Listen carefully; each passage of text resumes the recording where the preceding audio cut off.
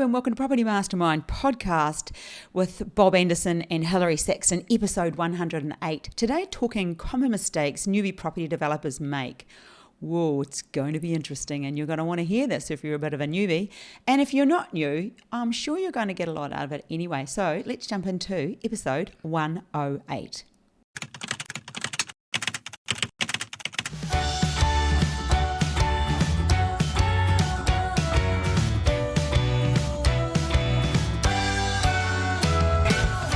Hello, and yes, episode 108, Hilary Saxton, Bob Anderson. Good morning, Bob. Good morning. How are you? I'm great, thanks. Had a little bit of a technical issue to start, but anyway, we've got here. We made it to the podcast space in the office. We did. Anyway, Bob, as we started off with, what's your tip for the week? Oh, tip for the week. Take it easy on the chili. What's it? Yeah, well, okay. As you know, I'm not a great chef. Not even an ordinary cook. No, but average. I did have a crack at some nachos, and I do like Mexican food. Yes. Although I prefer to go out and buy it. Yeah, so making up the mix the other night, and I think I tasted it a little bit early, and I thought, no, this is not enough. So I went to the bottle of hot chili sauce, gave it a bit of a hit on Bob! tipped it upside down, gave it a little bit of hit on the bottom because it wasn't coming out, and quite a bit came out actually. A little bit. I thought, oh well, that's okay. We'll just stir all that in, and my tongue is it's still numb. Oh, it's not. Is it really? Oh, a little bit, yeah. Oh. So my tip, take it easy on the chili sauce. Maybe find a better way than tipping the bottle upside down and hitting it if it's not coming out. Yeah, and I suppose it's because it's Toastmasters night, so I'm out doing my buzz, and you're being the chef for the evening. I was chefing myself, yeah. Oh, well, there you go. Well, learnt my lesson. Today's tip, don't go too hard on the chili. Yeah. I think when you do, I've usually just put some sour cream in, helps with that, Bob. I tried everything, yes. I did hit the sour cream. I was also drinking milk at the same time. Because I don't throw food out, as you know. No. If I make it, I'll eat it if it kills me. Okay, there's your tip, everybody. Let's jump into episode 108, common mistakes newbie property developers make. And because we talk with people on a massive... on a very regular basis about where they're up to and what their next step is. Yep. It's about eliminating the common mistakes by, holding people by the hand and making sure they're doing it right. Even on our Q&A, just finding out often what you don't know. Oh, definitely. Yeah. Yeah, that's what comes back and bites you. Yeah, the stuff you don't know. Yeah, the unknown. So we've just got a list of things that we hope you find some useful tips out of. Yeah. And maybe some examples. We'll have 1,000 examples. Millions of those. Because, property development's fantastic, but it does there are potential for pitfalls. Oh, of course, yeah, there are. And the more aware you are, the better you're going to go. Don't just go charging in. No charging. No charging? It sounds like something I might do. No charging. Alrighty, so we'll start with number one, insufficient research. So people make mistakes, they jump in without conducting the right research, which means the market analysis, what the market wants, due diligence, is there mining subsidence in the area, or just, trees. Oh, it'll be all right, I can lob that down. Well, not necessarily. It's not without going to jail. Yeah. So, yeah. Do you go to jail over a tree? No, probably not, no. Not yet. Maybe one day. You end up going to jail for cutting down a tree. But the fines can be pretty heavy. Yeah, what is the fine for cutting down a tree that's protected? Oh, that's protected. Oh, not protected, so that... Well, yeah, I don't know. I thought you knew everything. No. Oh, you're well, tricking it would depend. Yeah, it depends a lot on local legislation. But, got to be careful there. But insufficient research, like say on your patch, when you choose a patch that you're going to develop in, you've got to go pretty thoroughly, quite deep. And... So insufficient research on your patch, in terms of product, could be that. You're thinking of doing apartments, but is there a requirement for apartments? Are there too many apartments? Are there too many apartments coming through? Yeah, not necessarily what you see, what's in the background. Should you be looking at townhouses? Should you be looking at small subbies and building houses? Like even the selection of product within an area. Do you know what I'm thinking?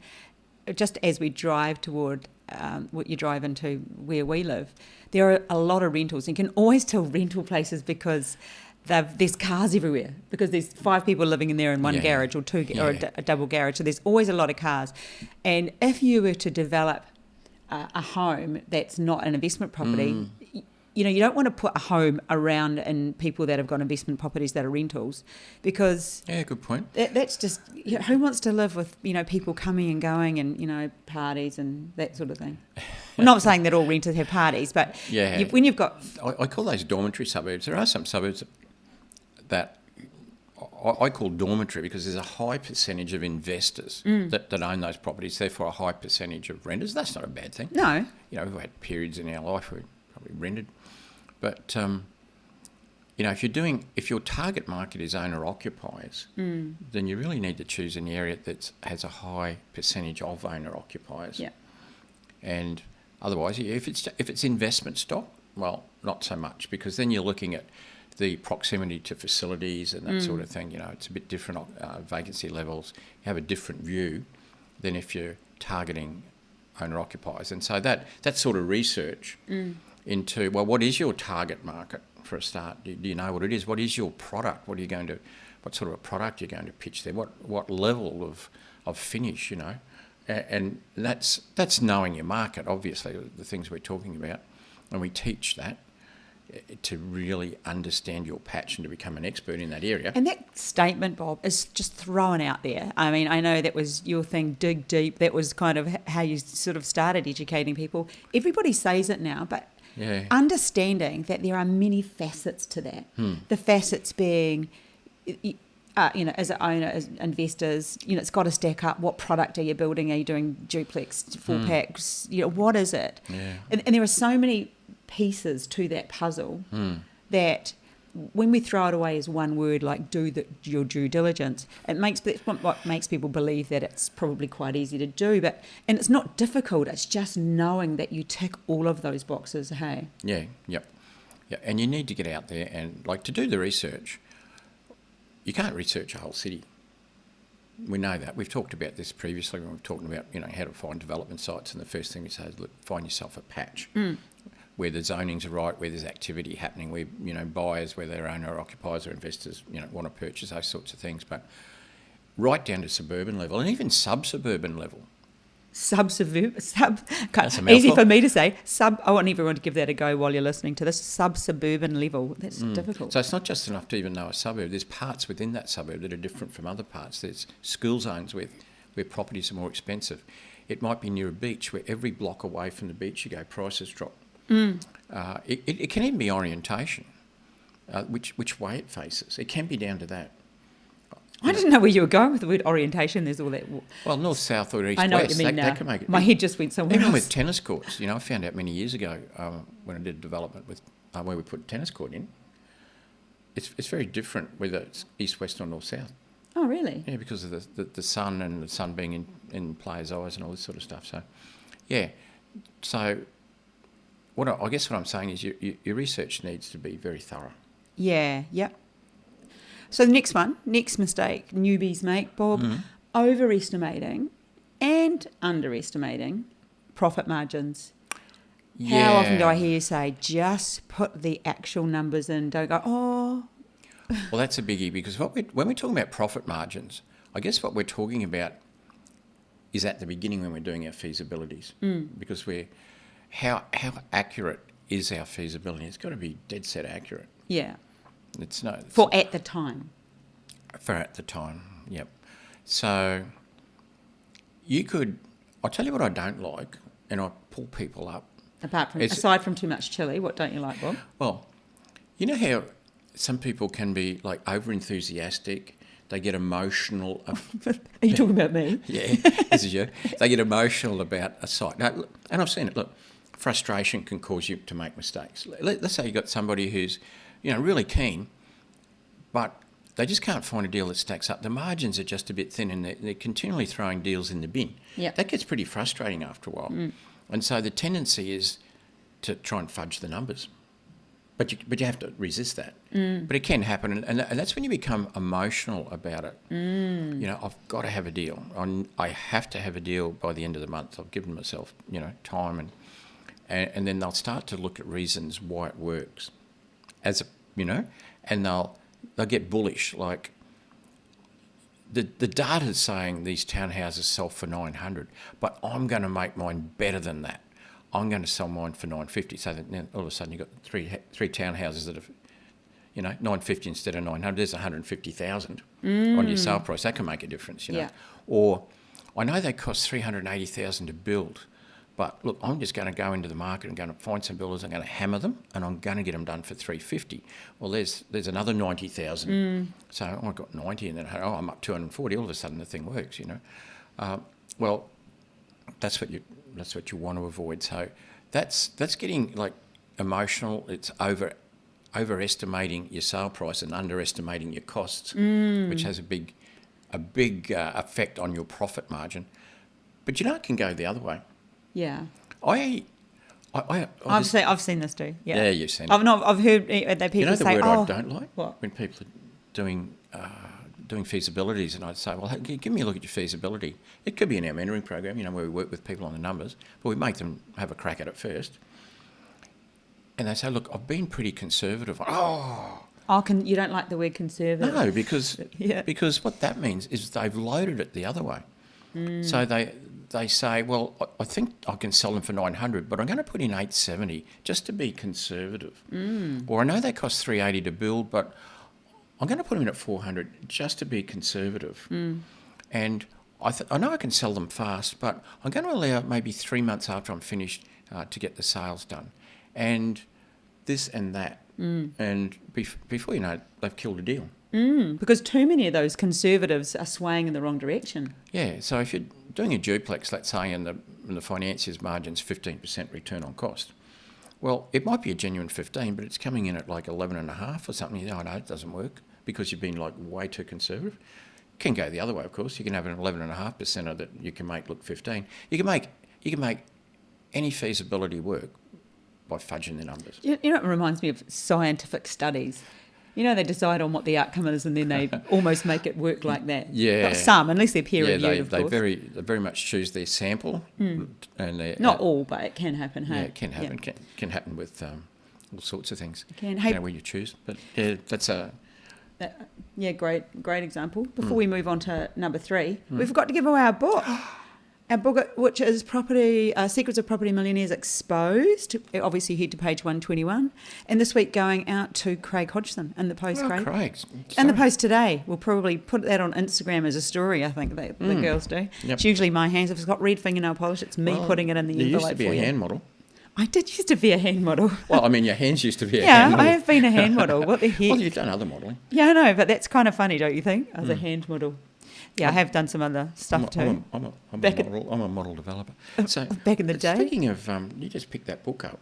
Oh, yes. Just reminded me about your book. My book, Good to Go, hilarysaxon.com if you want to buy yourself a copy of 3 Wines In. Great read. I'd love you to go on there and buy a copy. 3 Wines So just check out my website, hilarysaxon.com. The name alone should make people... 3 Wines In, how to have self-confidence today to achieve the things you want to achieve without the hangover tomorrow. Definitely aimed at women. It sort of talks about females. But, buy it for your wife and have a sneak read. In principle, though, it can apply to men. Oh, totally can. Anyway, so there you go. 1 free book, 1 plug for purchasing mine. And we'll carry on with number 3. Number 3 mistake, Bob, is, and thank you for that. Number 3 mistake would be lack of planning and budgeting. So lack of planning without a well thought out plan. And I'm thinking of your timings here. Yeah, timing. Yeah, so when you do a feasibility, you run a timesheet down the side. Well, you have to run your timeline with the feasibility because that's what dictates your interest. Yeah. And we know that interest in a project is significant these days because interest rates have gone up. When you were working on, like, say, 3% interest and you suddenly work on 6% or 7% or 9%, makes a big difference. Yeah. And that interest is calculated on time. So you have to have a time factor in your feasibility. And that's what I often find. I find people tighten up the time more than extend the time. You know how before I talked about conservative, don't be conservative, don't be a bear, don't be a bull. Yeah. Be in the middle. Most people simply underestimate the time to do a project. I see that way more often than the other way. What do you think causes that, Bob? Oh, just lack of understanding. They look at the components. Well, for instance, what I often see, here's an example. Let's say that you're getting a development permit for some townhouses, and your private town planner and your architect, everybody says, look, it takes about 6 months to go through council. And so when you're doing your feasibility, you've got in development permit 6 months. But there's some work to do before you lodge it. What they're saying is once you've lodged it, it takes 6 months to get an approval. But what about the lead up to lodging it? Well, you've got to have a survey. Then your architect has to do their initial concept designs. And then there's often three stages of design development before you get the design you want to lodge. And then there's the landscape architect needs to put some in there, but he needs the architect to finish his plans. Then you've got the town planning report. The town planner would have been working with the architect on the way through, but he needs the architect to finish, landscape architect to finish to complete his report. And just even saying that, Bob, what we don't even consider is the human element. Somebody might be going on track and they're always on time, and they say it's going to take that long, but something happens in their life. And then that gets slowed down. Have you ever had that happen? Consultants. Yeah, that's what I mean. A consultant has a family bleep or something goes on. Or once again, they put a timeline that they think they can achieve under pressure, but they don't achieve it. Back to the squeaky hinge again, of course. But that example I just gave, it could be 2 months to get ready to lodge, but that wasn't accounted for. Yeah. The same thing, some people have, when they've got their building permit, then you have to, say, tend to get a builder, move on.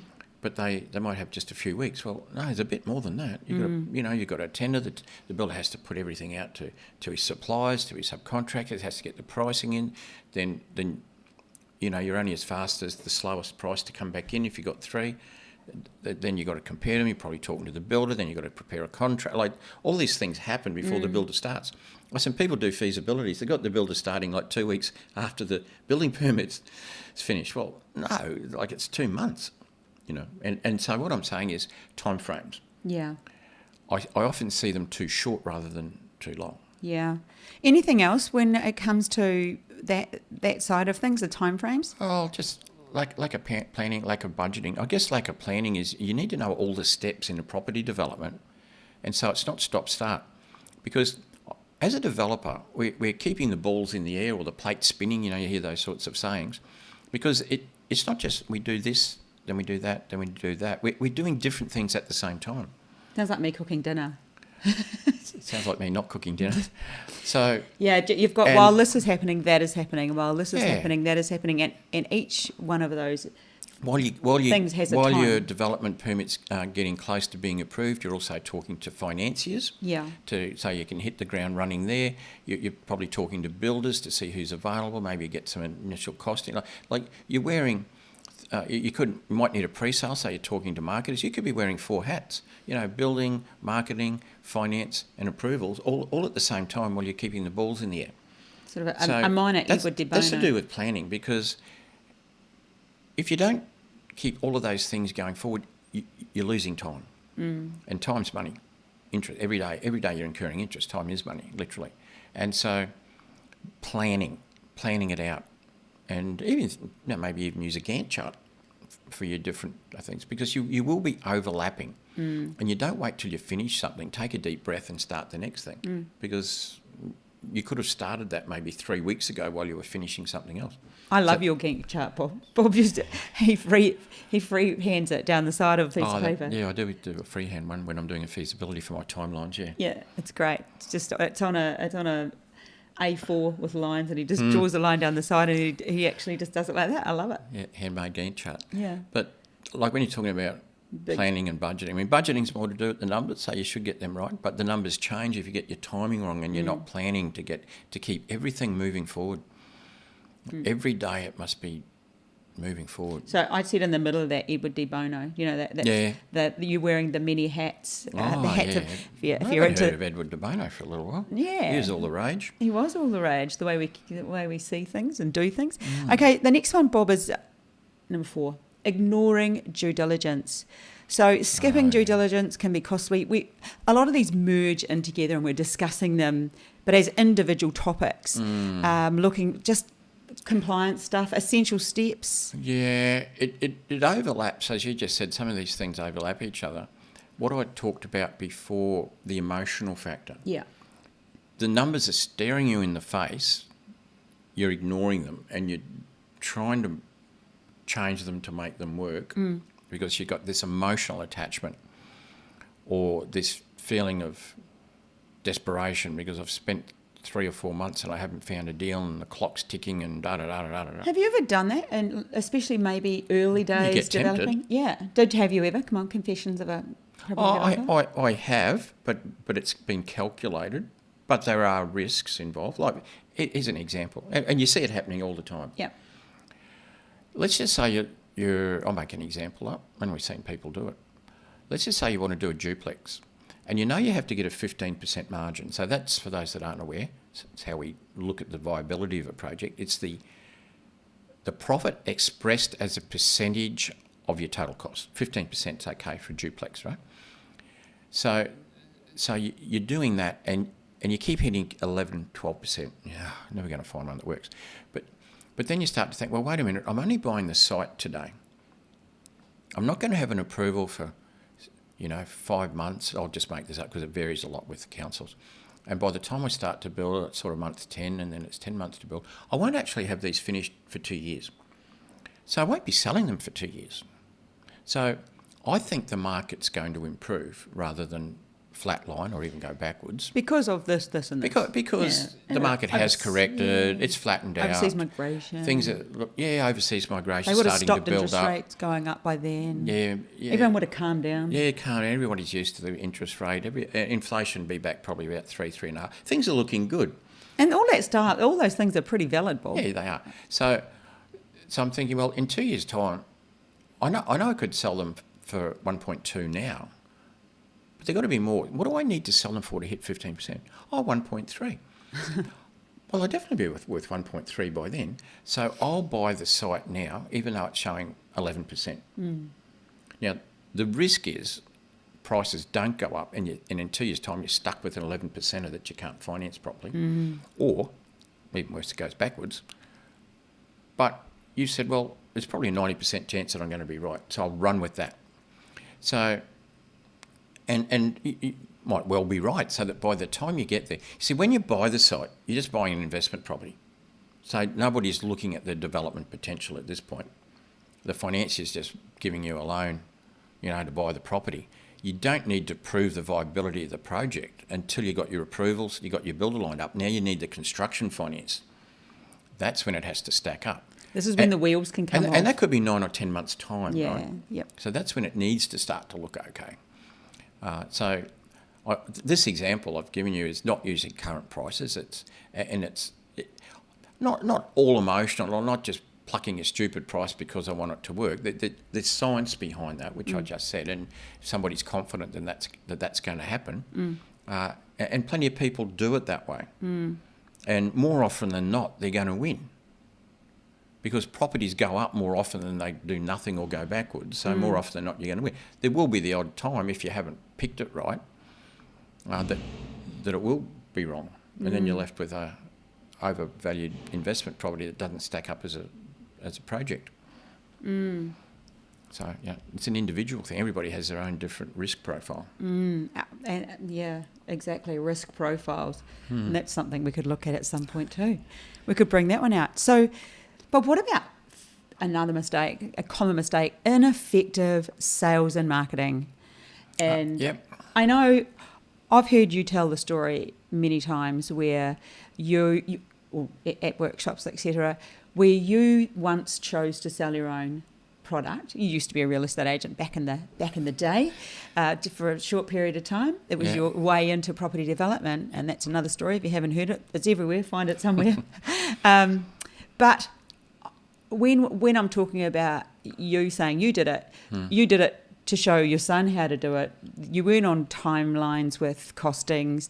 It was a great project to do that. So it wasn't going to affect things too much. And you just sold 2 of the 3, correct?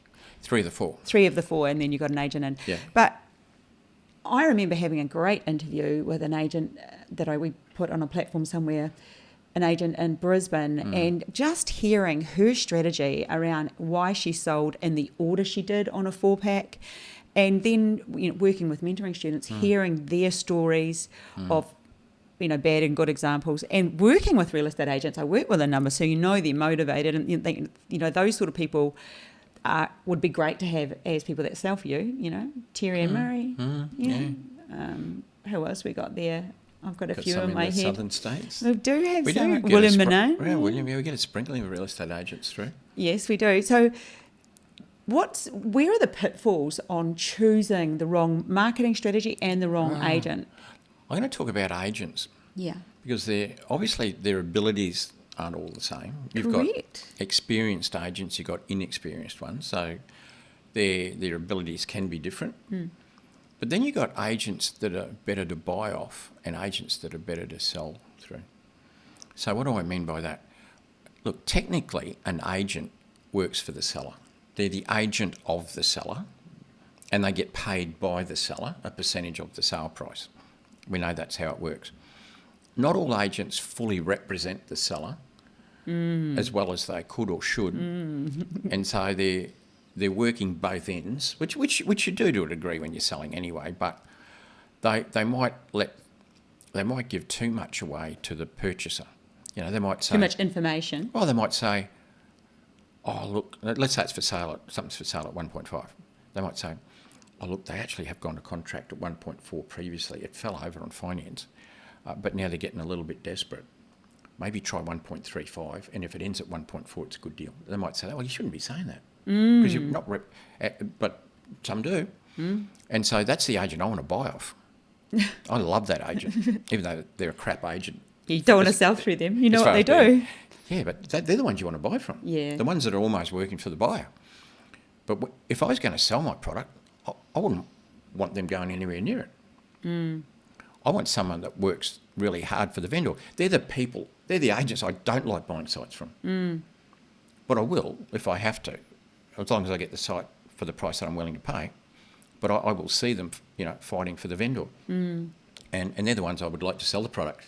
So just those type, and there's everybody's in between those, but you do find some that are really hard one way and quite hard the other way. It reminds me of a property I bought some time ago, and I didn't even particularly like the agent. He was just not my kind of person. He wasn't friendly enough. For those that know profiling, I'm a high DI, so high I, so I'm all about having fun and I'm really driven and conversation. You can just tell by my energy. Connecting with people. I like to connect with people, and he just didn't connect at all. He was so different personality. I couldn't hardly deal with him. But he would be a great person to sell through because he let nothing out of the bag about the seller at all when I was buying that property.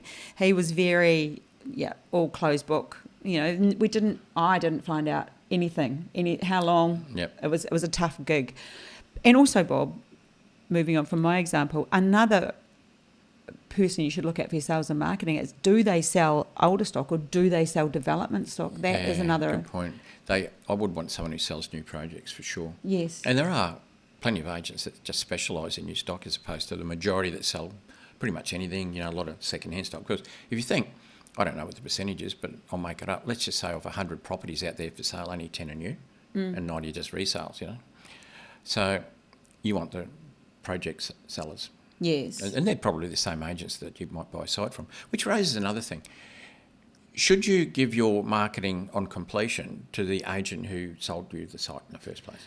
I'm going to answer that as that's often something we tell our people to communicate to the agent because it will help them be a lot more honest with you about what's happening in the market around your patch.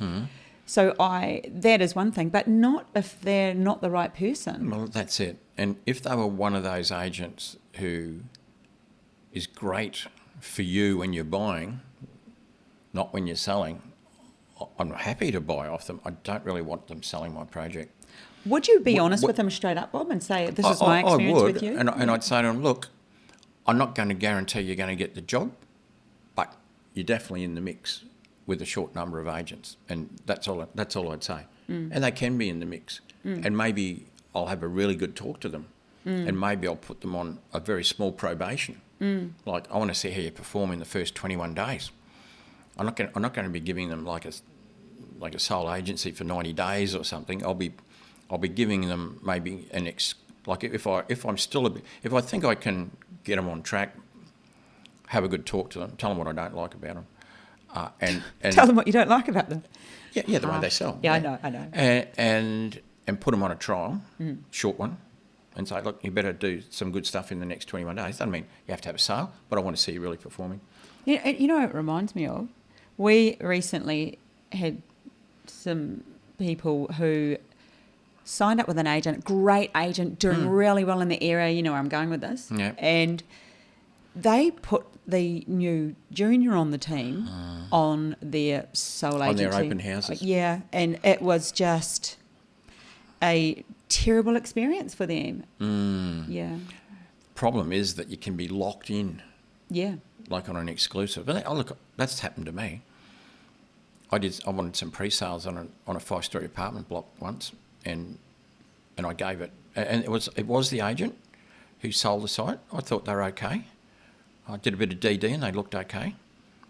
So we demolished the house. We got all the marketing material together. We put an on-site office. Yeah. Put them in there. 60 days. Useless.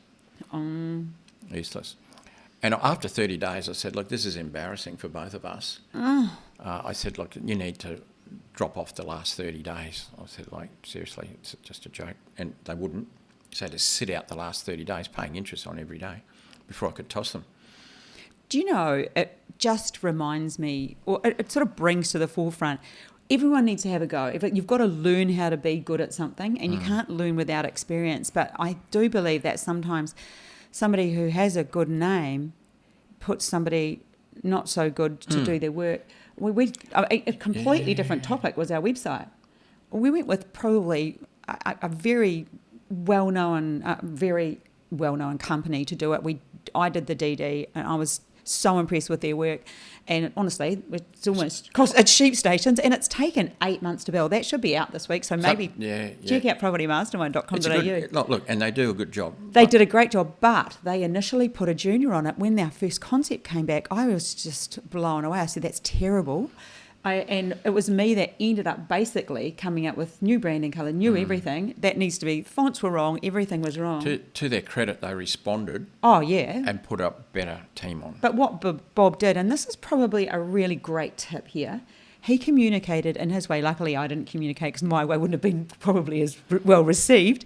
That you put it into a rugby game, and I feel like you've just accidentally given us the B team here. Run out the B team. Yeah, instead of the A team. And we really probably need the A team. We've been given, been told how good you are, and the guy himself came back to us, and he then took a look at it and apologised. He said, "You're right. Yeah. This isn't good enough," and they came back and they ended up doing a fantastic job. I'm so happy with it. And that's a sign of a good business and a good business owner. Yeah.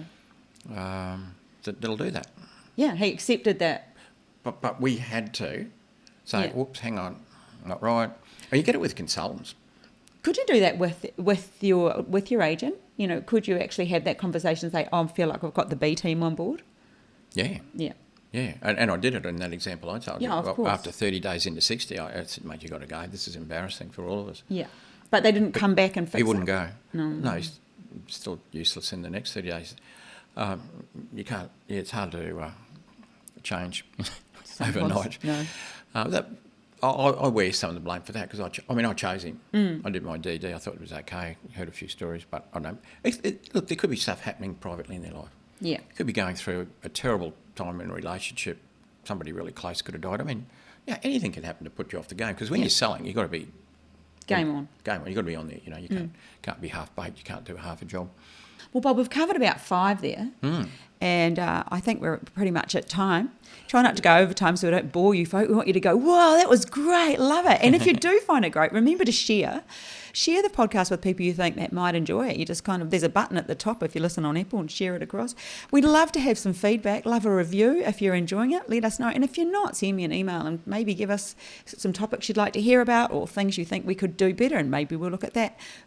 But moving forward, remember our book winner was Craig Hodgson, and I think you were going to win it on 109, I told you, but we switched them around, so you're on 108. And really, what we're going to finish up with, we'll finish this podcast, Mistakes from Newbies, probably next week. And if you are interested in learning about property development, then get educated or get a mentor. Check us out. Check out our new website, propertymastermind.com.au. But also remember, we are launching our new membership program. Yes, the Property Accelerator. The Property Accelerator. And that will be this week. So look out for that. This week, crikey, that must have, I'm saying this week, is that today or tomorrow? No, I'm not sure. Pretty soon. It's very soon. Well, this comes out Friday, so I'm not sure. Maybe it's next week. Touch and go. Could be Check out our website. Check out your emails if you want to join that. First month's only $1. 4 amazing courses, getting started in property development. Minimise mistakes. Renovations 101. What else is there? There's 4 small subdivisions and performance and mindset. Great downloadables to use in that too. So I'm sure you're going to love that. All relevant to helping you not make mistakes. But anyway, we hope you got something useful out of our podcast, even if it was just to not put too much chili in your nachos. And we will catch you again next week. Bye. Bye. See ya.